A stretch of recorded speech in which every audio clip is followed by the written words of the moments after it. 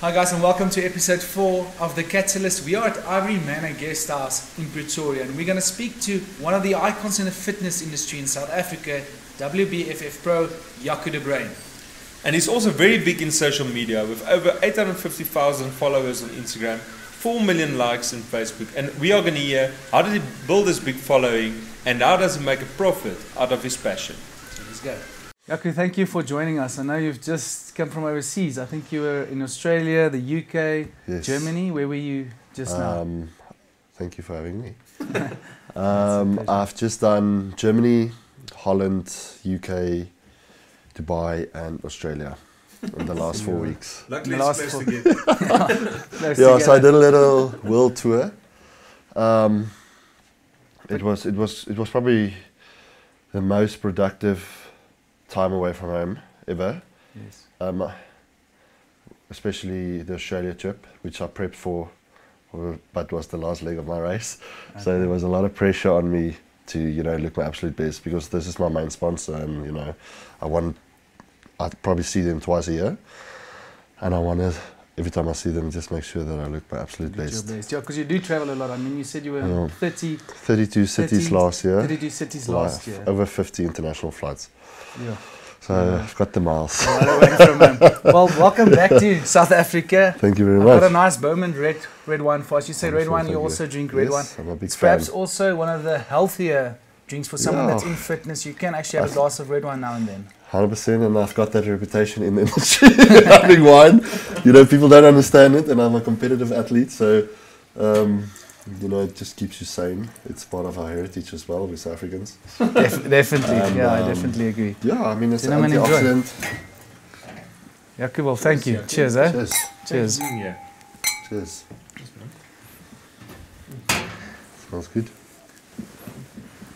Okay, but so take us back. I've recently seen a photo where you've done before and after, and it was, I think, 10 years ago. And there you didn't look like you were really heavy into gym. So what was that moment when you decided this is something you like, this is something you'd like to pursue? So let me give you a bit of history of who I am. I travelled abroad for close to 3 years. That's where I met my wife, in Scotland. After school. After school. Yeah. I always, in the back of my mind, I was a long distance runner my entire life. That's all I did. That's all my dad forced me to do because I'm a runner. I only did athletics and long distance running, and I was extremely good at it. I was unbeatable my entire high school career in long distance running. Yeah. So my dad forced me to, because my dad's a runner, and he just wanted me to do that because he knows, he wanted me to follow in his footsteps. It's in the genes. It's in the genes, yeah. So I went overseas, fell a bit off the wagon, after school, drinking a lot, traveling. Met my wife, South African, in Scotland. Came back, and I just knew that I need to get back into a sport or something because it's like I could just see my body changing, and I hated it. What drives you? Is it that competitiveness? You want to be the best in South Africa, or the... And now even more, because I'm probably the only and the highest paid South African athlete that's ever done the sport that I've done. And I would love for somebody to follow my footsteps in this career, but I feel like it's so hard. There's a few athletes that compete overseas, but I think social media makes it more difficult now for people to actually build a profile, unless your content is absolutely on point, consistent. Because now for me it's just getting content to keep my social medias alive. Because if my social media stats are going down, then my sponsors are going to start phoning me and tell me, listen, what's happening. Maybe if you can elaborate on that point, the business side of it. So you're a brand ambassador for certain brands, and you've also got your own brand. Yes. Just about how do you make the money? I'm a fully endorsed South African international athlete through an American company called EHP Labs. Their head office is based in Sydney, Australia, but they distribute from America, because they've got a massive social media presence and they cater for the whole world. So there's about 4 or 5 international athletes which are the face of the brands, and all of the athletes are in different genres. Like I would be in fitness, and the other would be in CrossFit, or so there's different athletes in the company that they endorse. Then I own my own clothing range, which is called Aesthetics Era, which is also purely based social media business. I've partnered up with Sergi Constance. Now, Sergi Constance is probably by far the most known international fitness icon in the world. Even I know of him, so yeah. So me and him is business partners in the clothing range. So that's an online store. There's no walk-in store. Everything is online. Yes, my biggest challenge so far is probably South Africa, because South Africans don't buy online. We are way behind when it comes to actually go onto the computer, buy something online and get it sent to you, where America and Australia, people don't even go to shops anymore. Everything is just bought online. But your social media is huge. You've got over 850,000 on Instagram, followers on Instagram, over 4 million likes on your Facebook page. Yes. So that's quite, I don't think a lot of South Africans, I don't think a lot of South Africans, I don't even think Jacob Zuma's got that. Well, it's got negative. It's such a short time frame as well. Actually, you know, on Facebook you get this timeline of a year ago or 2 years ago. Yeah, they give you that time, yes. And in 2013, I made a post on my Facebook, and it actually showed today that I'm super excited. I've just reached 10,000 likes on my Facebook page. Yes, amazing. So and that's 2013, yeah. Escalated from there. It's crazy. Now at the moment, I get about 1,000 followers a day on Instagram. Literally between 800 to 1,000 followers in a day. Sure. And that's mostly international, like you said? Mostly international, yes. I've got a business account now on Instagram, so I can exactly see my stats, which country I'm most popular, age, gender. Country number 1 is USA. Mexico is number 2. And I've never been there. I've been to the USA, but I've never been to Mexico.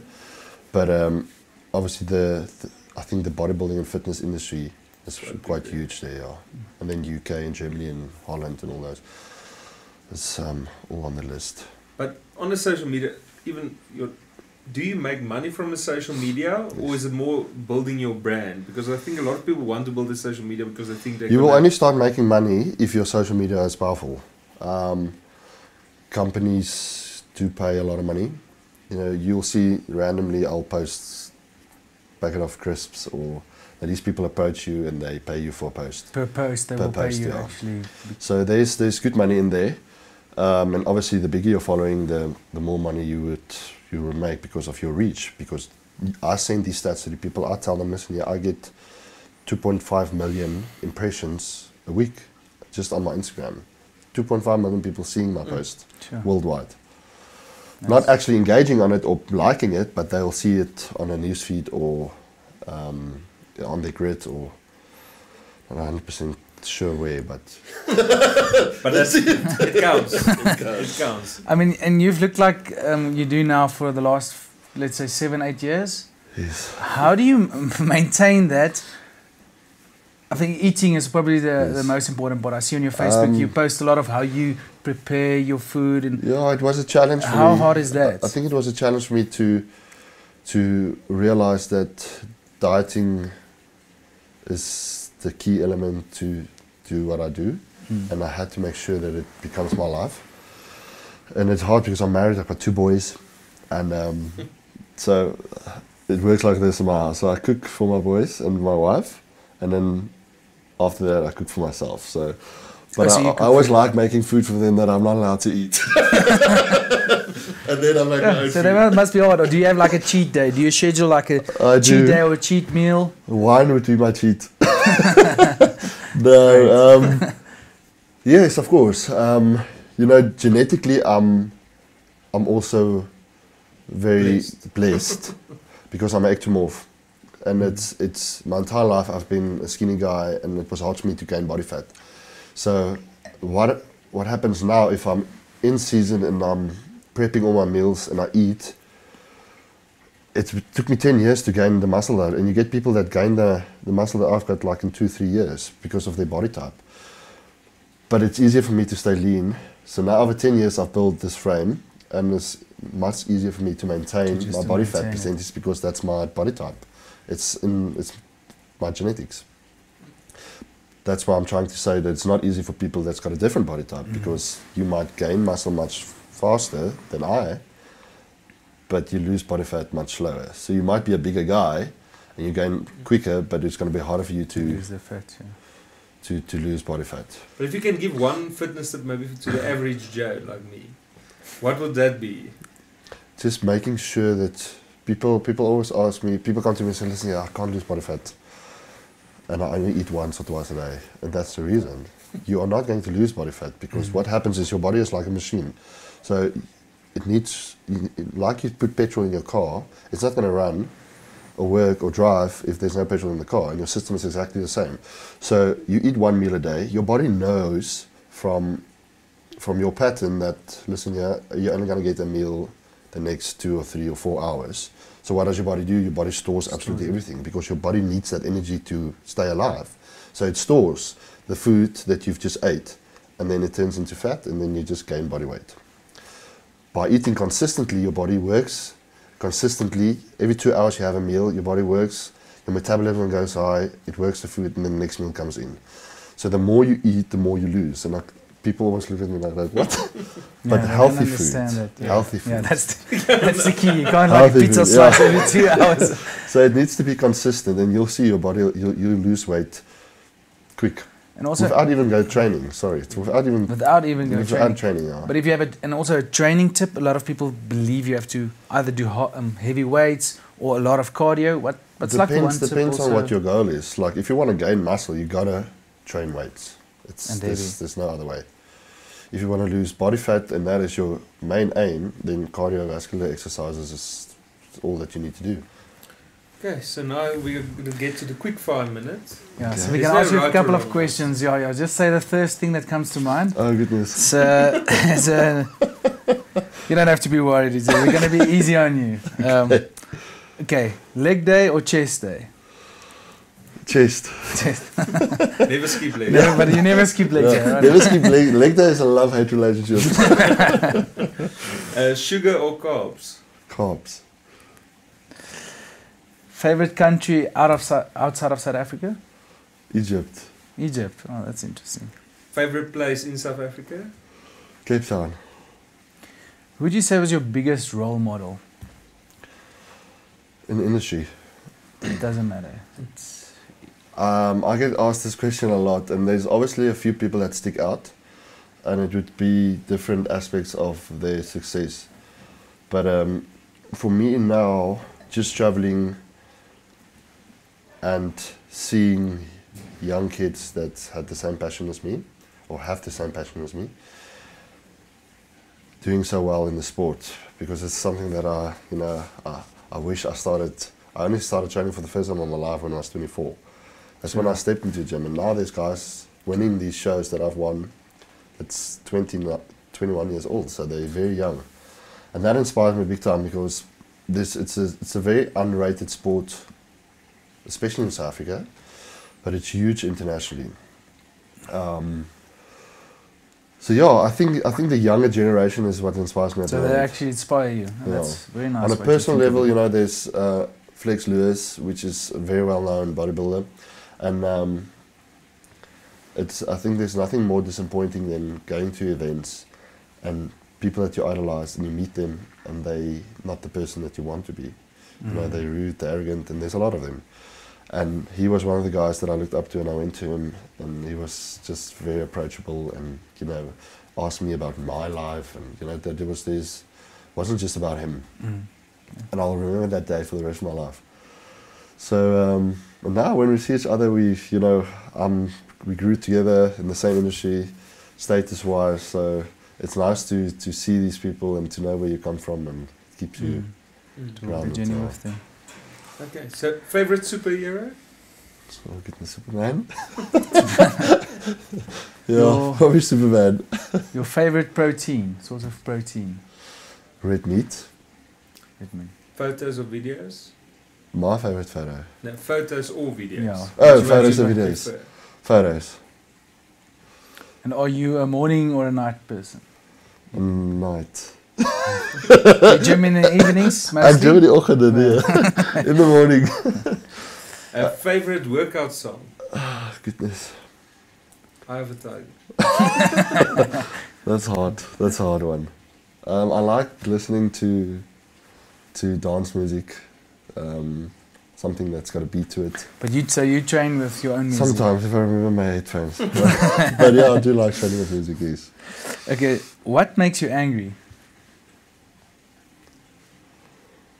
Oh, goodness, I aspire. Something that really stands out, I would say, is the passion in me that I know how the sport could grow in South Africa, and it's one of the reasons why I went overseas, because it just felt like it's not where it should be. It's just the mentality of people when it comes to thinking out of the box and just giving themselves the opportunity to grow and not have fear of doing something that you think might be a risk.